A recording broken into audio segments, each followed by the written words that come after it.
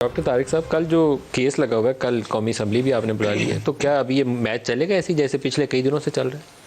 मेरे हिसाब से मैच की तो कोई बात नहीं है, क्योंकि कौमी असम्बली का इजलास जो है वो इस मतलब सुप्रीम कोर्ट की तारीख के लिए नहीं, वो तो पिछले हफ्ते भी इजलास होता रहा और फिर बीच में जो छुट्टियां थी उसमें गैप आया है। तो इजलास तो एक रूटीन की कार्रवाई है, असम्बली का चल ही रहा है। लेकिन जिस सूरत हाल की हम बात कर रहे हैं, या आपने प्रोग्राम के इंट्रो में अपनी बड़ी तफसील से बात की है, मैं ये कहूँगा कि अगर एक लाइन में इसके हल की बात करें ना, क्योंकि सारी तो प्रॉब्लम्स हमने बताई हैं कि ये मसले चल रहे हैं।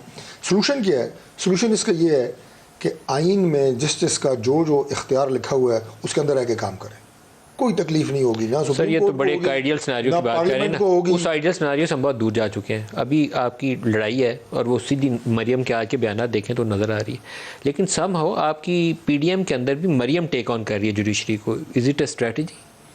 नहीं, जुडिशरी को टेक ऑन करने की बात नहीं है मलिक साहब। बराह रास्त नाम लेके किसी जज को कहना, ज़ाहिर है का आज भी उन्होंने नाम लिया। अभी जो जस्टिस साहब ने जो बातें, जस्टिस साहब कह सकते हैं उनको, वो तो इस जुल्म का निशाना बने हैं ना, इसलिए वो कह सकते हैं। नहीं, मैं आपको, लेकिन एक पॉलिटिशियन जो भी पार्लियामेंट का हिस्सा भी नहीं है वो नाम ले रही हैं। आप पार्लियामेंट के अंदर से वज़ीर आज़म से तकरीर नहीं सुनी। हाल अंदर ये चल रही है जो जस्टिस शौकत अजीज सिद्दीकी साहब बता रहे हैं और आपके इल्म में हो, तो मतलब सिर्फ नाम नहीं लेना।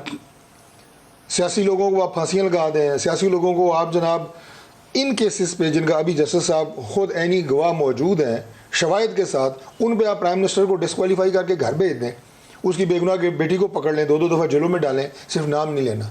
क्यों नहीं नाम लेना?